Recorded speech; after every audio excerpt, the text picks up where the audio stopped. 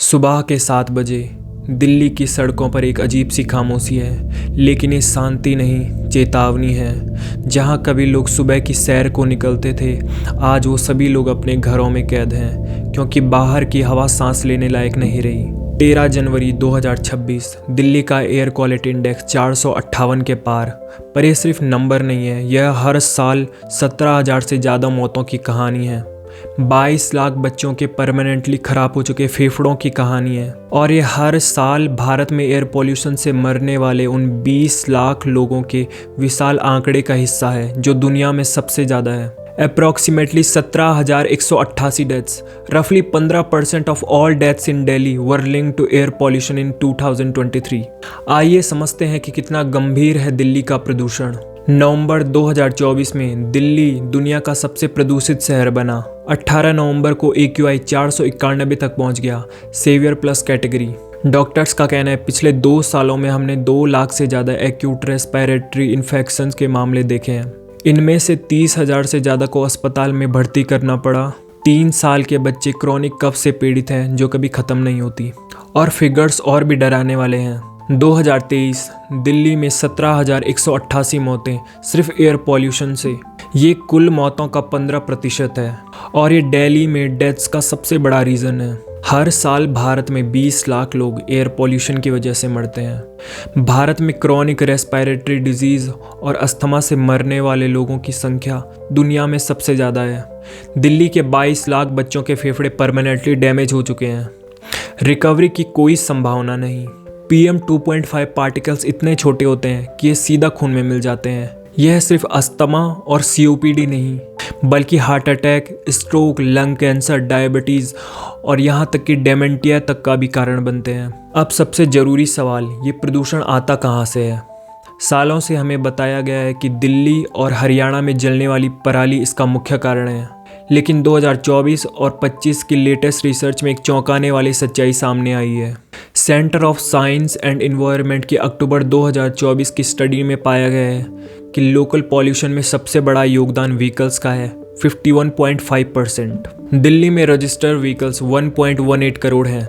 भारत में सबसे ज़्यादा 90% टू व्हीलर्स और कार्स हैं। 1990 से 2018 के बीच व्हीकल्स में 5 गुना वृद्धि हुई है। 10 साल से पुराने डीजल व्हीकल्स और 15 साल से पुराने पेट्रोल व्हीकल्स अभी भी सड़कों पर चल रहे हैं। दिल्ली में पब्लिक ट्रांसपोर्ट सिस्टम पॉपुलेशन के हिसाब से बहुत कम है, इसीलिए लोग प्राइवेट व्हीकल्स पर डिपेंडेंट हैं। और सबसे बड़ी प्रॉब्लम, गवर्नमेंट ने कार ओनरशिप को लिमिट करने के बजाय सिर्फ एमिशन स्टैंडर्ड्स इंप्रूव करने पर फोकस किया है। दिल्ली के 13 आइडेंटिफाइड हॉटस्पॉट में कंस्ट्रक्शन डस्ट एक बहुत बड़ा कंट्रीब्यूटर है। बावजूद 1000 वाटर स्प्रिंकलर्स और 140 एंटी स्मोक गन्स के, डस्ट कंट्रोल अभी भी अनइफेक्टिव है। Residential solid fuel burning, industrial emissions और वेस्ट बर्निंग मिलकर एक सिग्निफिकेंट पॉल्यूशन क्रिएट करते हैं। ओखला, भालसवा और गाजीपुर लैंडफिल्स विंटर स्मोक में एक बहुत बड़े कंट्रीब्यूटर हैं। और अब बात करते हैं सबसे कंट्रोवर्शियल इश्यू की, पराली के जलने की। लेकिन लेटेस्ट डेटा एक अलग ही कहानी बताता है। 2024 में फार्म फायर्स पंजाब में 10,909, हरियाणा में 1,406, टोटल 12,750। ये 2022 के मुकाबले 51% कम है। अक्टूबर से नवंबर 2024 में पराली जलने का कंट्रीब्यूशन सिर्फ 0.92% से 9% के बीच था। 2025 में पराली जलने में और कमी, लेकिन दिल्ली का प्रदूषण कम होने के बजाय और बढ़ा। पराली जलना जरूर एक एपिसोडिक कंट्रीब्यूटर है, लेकिन ये ईयर राउंड पॉल्यूशन का मेन कॉज नहीं है। जब फार्म फायर्स खत्म हो जाते हैं विंटर्स के बाद में, तब भी दिल्ली का AQI 350 के आसपास रहता है। विंटर मंथ्स में दिल्ली की जियोग्राफी और मीटेरोलॉजी पॉल्यूशन को ट्रैप कर देती है। ठंडी हवा गर्म हवा के नीचे फंस जाती है, पॉल्यूटेंट्स एस्केप नहीं कर पाते, और हवा 6 किलोमीटर प्रति घंटे से भी कम। कोई बारिश नहीं जो पॉल्यूशन को वॉश कर सके।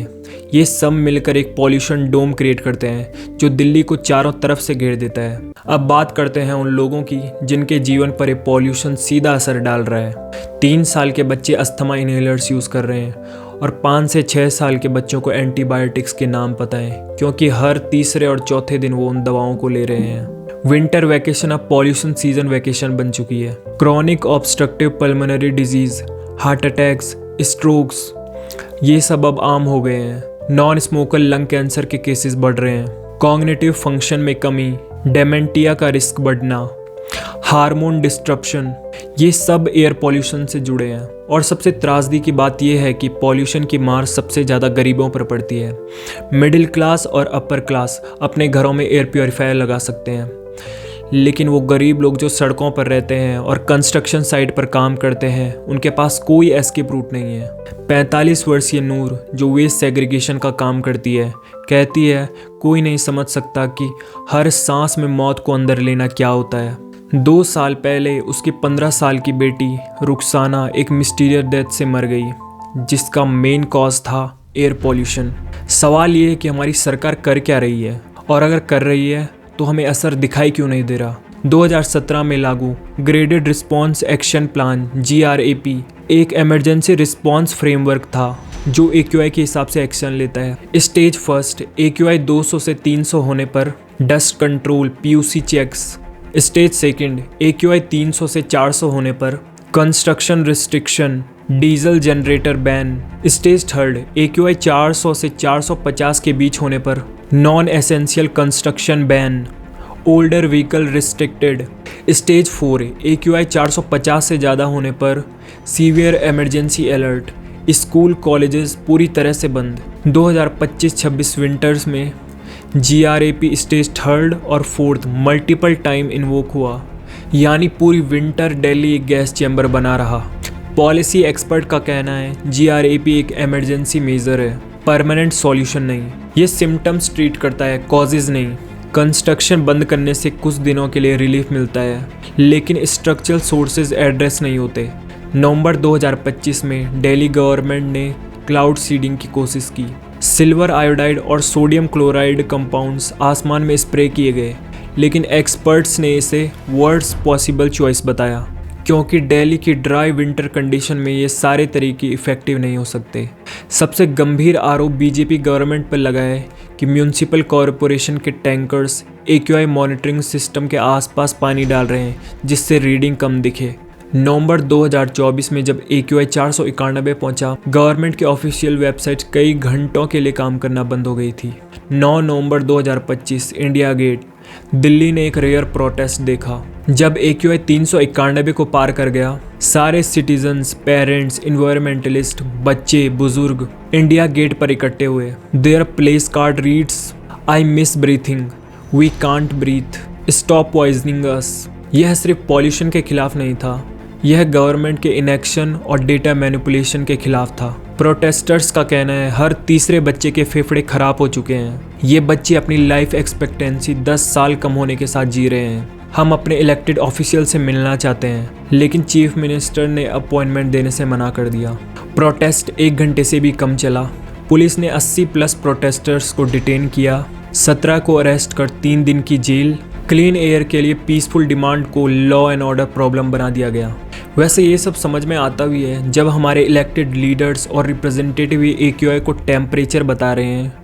जिनको AQI और टेम्परेचर में बेसिक डिफरेंस नहीं पता, तो हम समझ ही सकते हैं कि दिल्ली का ऐसा हाल क्यों है। और AQI एक ऐसा आपका टेम्परेचर है, आपको जो किसी भी इंस्ट्रूमेंट से पता चलता है। तो अब बात करते हैं सॉल्यूशंस की, कि क्या कोई रास्ता है या दिल्ली इसी तरह जहरीले गैस चैम्बर में जीने के लिए मजबूर रहेगा। सॉल्यूशंस हैं, लेकिन ज़रूरत है पॉलिटिकल विल की और कॉम्प्रिहेंसिव एक्शन की। Vehicular pollution control, strict PUC enforcement, no PUC no fuel, older vehicles को फेज आउट करना, पब्लिक ट्रांसपोर्ट को स्ट्रेंथन करना, मेट्रो एक्सपेंशन, ई-बसेस फ्लीट बढ़ाना, target 5000+ e buses cut, construction dust control, mandatory dust separation system, real time monitoring, heavy penalties for violations, waste management, landfill remediation, ban on open burning, waste to energy plants. और long term solutions के लिए दिल्ली को एक ऐसा fundamental urban planning system चाहिए जिसमें green infrastructure, more parks और urban forestage हो, पेडेस्ट्रियन और bicycle friendly routes, decentralised work hubs ताकि कम्यूट कम हो, renewable energy transition for industries, strict zoning laws for industries, smoke towers, building level air purification system, real time air quality monitoring system, AI based pollution forecasting, ज़्यादा से ज़्यादा e buses Delhi में deploy करना, 10 साल से पुराने डीजल व्हीकल को fuel deny करना और पराली जलाने के लिए पूसा बायोडिकम्पोजर का यूज़ करना, क्रॉप रेजिड्यू मैनेजमेंट मशीन्स पर सब्सिडी देना, फाइनेंशियल असिस्टेंस फॉर फार्मर्स और डस्ट कंट्रोल्स के लिए water sprinklers, anti smoke guns, mechanised road sweepers. और if you are citizen of Delhi तो आप क्या कर सकते हैं? अननेसेसरी घर से बाहर ना निकलें और निकलना भी पड़े तो N95 मास्क ज़रूर लगाएं। अपने घरों में एयर प्योरीफायर्स का यूज़ करें। मैक्सिमम पब्लिक ट्रांसपोर्ट यूज़ करें जिससे पॉल्यूशन कम हो। कारपूलिंग, अपने प्राइवेट व्हीकल्स दूसरों के साथ शेयर करें। प्लांट्स लगाएं और फायर क्रैकर्स अवॉइड करें। और सब कुछ सरकार और सिस्टम पर छोड़ने के बजाय अपने आसपास और पब्लिक प्रॉपर्टी को साफ़ सुथरा रखें। और गवर्नमेंट और पॉलिसी मेकर्स को स्ट्रिक्ट एक्शन और पॉलिसीज़ बनाने के लिए इन्फोर्स करें। आज दिल्ली खड़ी है एक क्रॉस रोड्स पर, जहां एक तरफ है स्टेटस क्यू, जहां हर विंटर्स एक हेल्थ इमरजेंसी बन जाती है, जहां दिल्ली के लोग ब्रीथिंग के बजाय सर्वाइव कर रहे हैं और जहां हर साल 17,000 लोग इस साइलेंट किलर का शिकार हो रहे हैं। और दूसरी तरफ है पॉसिबिलिटी, एक दिल्ली जहां क्लीन एयर एक ड्रीम नहीं रियलिटी हो और जहां बच्चे आउटडोर गेम्स खेल सकें विंटर्स में भी, जहां मॉर्निंग वॉक फेफड़ों के लिए जहरीली हवा नहीं फ्रेश हवा हो। सॉल्यूशंस हैं, रिसोर्सेज हैं, टेक्नोलॉजी है, बस ज़रूरत है तो एक कलेक्टिव विल की, पॉलिटिकल अकाउंटेबिलिटी की और हर सिटीज़न की अवेयरनेस की। और पॉल्यूशन सिर्फ इन्वायरमेंट का इशू नहीं है, यह बेसिक ह्यूमन राइट का इशू है, यह डेमोक्रेसी का टेस्ट है और सबसे बढ़कर ये हमारे बच्चों के फ्यूचर का सवाल है। चेंज पॉसिबल है लेकिन तभी जब हम सिटीजन्स, गवर्नमेंट और बिजनेसेस मिलकर डिसाइड करें कि इनफ इज़ इनफ। दिल्ली फिर से सांस ले सकती है, बस हमें इसे अलाउ करना होगा। तो इसी के साथ इस वीडियो का एंड होता है। अपने सवाल, अपने ओपिनियंस कमेंट बॉक्स में ज़रूर शेयर करें and please share this video with your relatives and friends and please do subscribe my channel. मैं मिलता हूँ आपसे अगली वीडियो में।